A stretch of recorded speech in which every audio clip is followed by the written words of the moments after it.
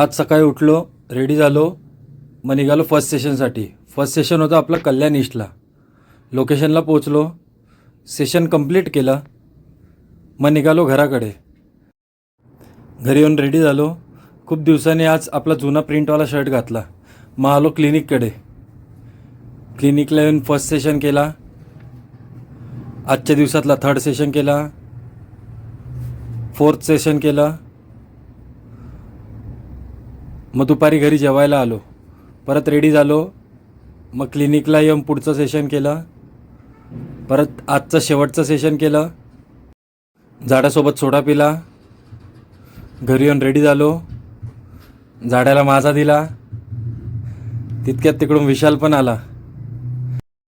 संध्याकाळी परत एक क्लिनिकला जाऊन अपॉइंटमेंट केली.